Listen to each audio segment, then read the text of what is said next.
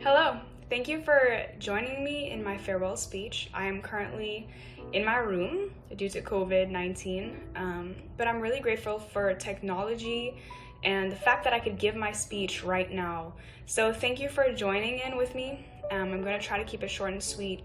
So with COVID-19 happening, I truly hope that all your loved ones are safe and healthy, and that during this time of change, that you are being flexible and growing.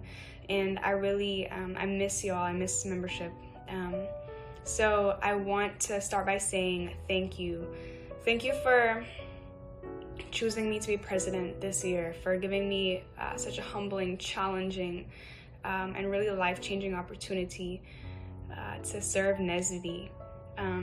The National Society of Black Engineers has changed my life, and I preach this when I'm around membership, when I'm around y'all. It really has allowed me to grow as a person, as a leader, refine my professional skills. And I'm really grateful for our mission to increase the number of culturally responsible Black engineers who excel academically, succeed professionally, and positively impact the community. This year has been a trying, challenging year, but such a great year. Probably one of the best ones. And I struggle to record this video because I have a hard time letting go of things that I love and moving on. And the more that I pondered on just that thought, the more I understood that I was not letting go or moving on, because NSBE has really imprinted devotion in me, and this is why. Our drive for 10K by 2025, our mission to increase the number of culturally responsible Black engineers who excel academically, succeed professionally, and positively impact the community, for how much NSBE has poured into me as an individual, and giving me just the ability and the opportunity to impact lives, even if it was just one this year. So exactly a year ago, I decided to run for president of the UH chapter. And that was a really hard decision for me, because I doubted my abilities. But before I could fully doubt myself, I decided to weigh the pros and cons. I sought advice from our past president, from our VP that served with me, from mentors, from teachers who I trusted. And I really had to learn that if I wanted to be as ready as I thought I could have been, I wouldn't have ever been ready. And the truth was that I was allowing fear of failure to stop me. But thankfully, I was surrounded by people who spoke life, who spoke positivity in me, who believed in me and helped validate me in areas that I was really stopping myself. And so thank you. Y'all all know who you are, the ones who encouraged me to run for presidency, to step into something bigger than myself. Thank you. I would not have been able to do it without y'all. And so this year, I stepped in with a chapter goal to recruit, retain, engage, and empower. And the reason why I decided to have this be my chapter goal was to align it with our national NSBE goal of 10K by 2025, like I mentioned earlier. 10K by 2025, for those of you who are watching that don't know, is NSBE's national goal to graduate 10,000 Black engineers annually by 2025. Something I really believe can and will happen. And I'm really looking forward to being a part of something bigger than myself, and something that can change the engineering world, our world, for Black engineers, for what we view, the potential that we do have in ourselves. And that starts all the way at the beginning of the pipeline with our pre-college initiative. Students, our junior high and our high school students, it starts with us going into their schools and bringing them out to our colleges, and really speaking life and showing them the potential they have within. And I knew that because, well, for one, I have a passion for kids, and y'all that know me know that I truly, I love being able to speak to them and encourage them, because they're the ones we're starting with, and that's where change starts. And so it was to recruit these students, to speak encouragement to them, to tell them that they can do it, to change that root, that that education is really unlocking so much for us, so much that that can cause so much change.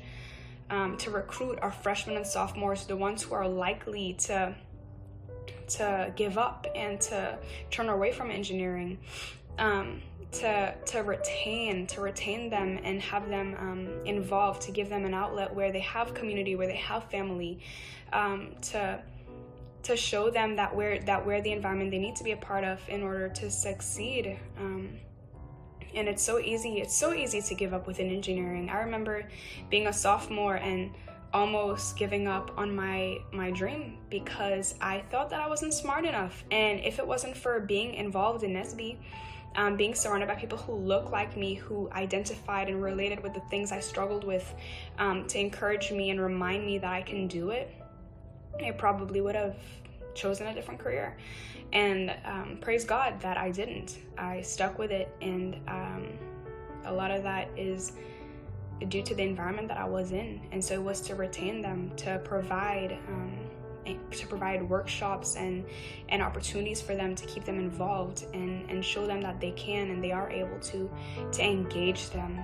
And lastly, to empower them, to remind them that we are Black engineers, but we're same as our counterparts who are studying this, who are working in the industry, and there's nothing limiting us or keeping us from succeeding in our goal. So I stepped into this year with our chapter goals, our national goals ready.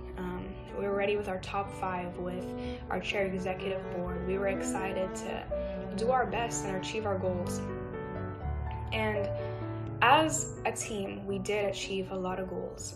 A few, such as we set a chapter goal of attaining a 3.0 as a chapter, and we not only met it, but we exceeded it. I wanted to see our freshmen and sophomore become more active, and our freshmen went from 11 to 16% active within our org, and then the sophomores increased from 13 to 17% activeness within our organization. And those are some things that I was really happy about. You know, our mentorship program was very encouraging, very beneficial for everyone that was involved, including the mentors and the mentees. Our shadowing initiative was successful. We won Best Texas Red Chapter of the Year, and you know, things that really reflected just the hard work we were putting in as a team. But I could talk about all of our achievements and not the hard things, but that's not what I want to do with my farewell speech. This year I learned a lot, and here are a few things that I learned, and I hope by the end of this video that what I share with you, it's able to help you grow as a person, or that you're able to apply it to a situation in your life. Fear of failure, I mentioned it earlier, and I could have let this stop me. I had every opportunity to let it stop me, actually, but I didn't. I was reminded before the fall of 2019 started. My parents told me in junior high and in high school, the ball is in your court, and the only person that could stop you is the person in your reflection when you look at the mirror. That's right. The only person that could stop me was me. It was me limiting myself in my mind, and me letting failure or fear of failure stop me. But fear had the potential to cripple me and cripple my presidency, or I could put it aside and say, you know what, regardless, you know what, I'm probably going to fail. I'm going to fail in communicating well. I'm going to fail in maybe setting up a meeting and forgetting about it. I'm going to fail in different areas, but I'm not going to let that stop me. Whenever I fail, I'm going to learn from it, and I'm going to come back, and I'm going to come back stronger. I'm going to implement what I learned and grow from it and become a better leader, become a better officer, a better person. And that's what I did.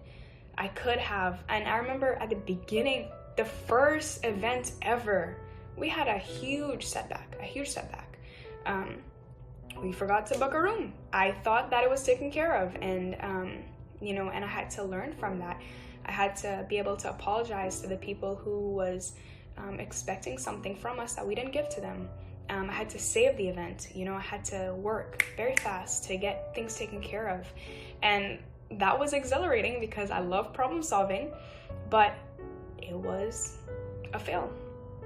And it could have remained a fail, but it became a success. And that's something that's so huge, is not letting fear of failure distract or prevent us from fulfilling the things that we set our mind to. Another lesson that I learned was go. G-O, get out. Get out of my comfort zone and go. But not only go together. I had a team that was looking to me for direction, but also just such great leaders. I am so thankful for my top 5, my VP, treasurer, secretary, and programs chair. I'm so grateful for our chair executive board that put in hours to fulfill my goals and fulfill my dream and my vision for the chapter. Without y'all, I couldn't do it, and without y'all, our membership couldn't have experienced what they experienced this year. And so thank you again.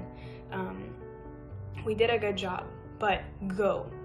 A lot of the times we allow fear, I can allow fear to hold me back. But to get out of my comfort zone, to move past, that was what I needed to remind myself every time. Every time I felt uncertain of myself, every time I needed a push, I remember just go. Just keep going and go together. You're a team. And I like to use this analogy, and I believe I used it at the winter banquet, but I'm going to use it again because I love it. Take one hand and try to clap. It ain't working. We need something else. We need another hand. And just like teamwork, we have to work together to get things done. And I learned that very, very quickly within the presidency. I learned that very quickly. We can't do things on our own. And so thank you membership, for stepping up in areas we needed help. Thank you officers for fulfilling the vision and executing our goals like we planned. Another lesson that I think is worthy of sharing is trust the process. I mentioned a little bit earlier that I doubted my capabilities, and I could have let that stop me, but again, I didn't. And I didn't because I was surrounded by people who spoke life and positivity into me and encouraged me, but also I saw a process. I remember growing up in high school, in junior high, I would step up to lead any group project I can lead. I would try to lead groups, organizations in my high school. When I got to college, I quickly wanted to jump into leadership opportunities. I served as historian and programs chair within NSBE, and all these things were preparing me for what I was about to step into. And although I couldn't see it at the time, looking back now, I could not have known how to respond or known how to communicate or learn how to fulfill certain things if I didn't go through the process I went through. And so wherever you are in your journey, I want you to remember you can take a step to further your goal, your dream, in a positive way or a negative way. You can choose to take a step to move forward or stay stagnant. And I would really encourage you, whatever you do, whatever you're doing, think of your ultimate goal in mind. Take steps, take positive steps that will help you move toward that goal. And don't stop moving. Don't give up. It is so easy to give up. I know multiple times I was put into situations where I had to step in and save something, or I had to step in with the help of my top 5 to recover something that could have been lost. And many times I was thinking, why is it that this keeps happening? And we could have given up, I could have given up, but we didn't. And I want to encourage you to keep moving. Don't give up. Keep going. We are the trailblazers of tomorrow. We are we are trailblazing a path for the students that are following behind us. And so when you think about giving up, when you think about not being good enough or not being ready or not being prepared, remember, step out of your comfort zone, move, trust the process, keep going. These are some things that I know are preparing me for what I'm about to step into with my career, with when I graduate college, with things that I'm even stepping into now. Things are not always going to be easy. They're not. But I keep moving. So as I come to an end, I hope that something that I shared is able to help you grow as a person, grow professionally, help you in a situation maybe you're about to step into. But with that being said, I want to say thank you. Thank you to our sponsors and our donors who have sewn into our mission, who have supported us monetarily, but also with your time. I know that we would not have been able to establish $10,000 worth of scholarships for our members without y'all. We would not have been able to bring internship opportunities directly to our members without y'all. We would not have had these professional development workshops without y'all sewing in your time. So thank you. Thank you to my CEB and top 5 for this year. Y'all have given it your all. And I'm so grateful for the work, the time, the effort y'all put in, for the memories. I will treasure these for the rest of my life. Thank you to my friends and family that kept me focused and motivated throughout the year. Thank you for not giving up on me, for all the memories from our membership. Thank you to our membership for being the best. I have so many good memories, so many great experiences and conversations that I know I will keep for the rest of my life. And so with that being said,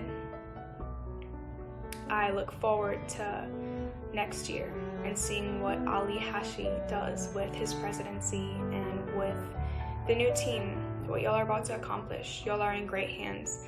Ali is passionate. He is a great leader. He's a good listener. And I'm looking forward to all that he does with his team for our membership. So thank you.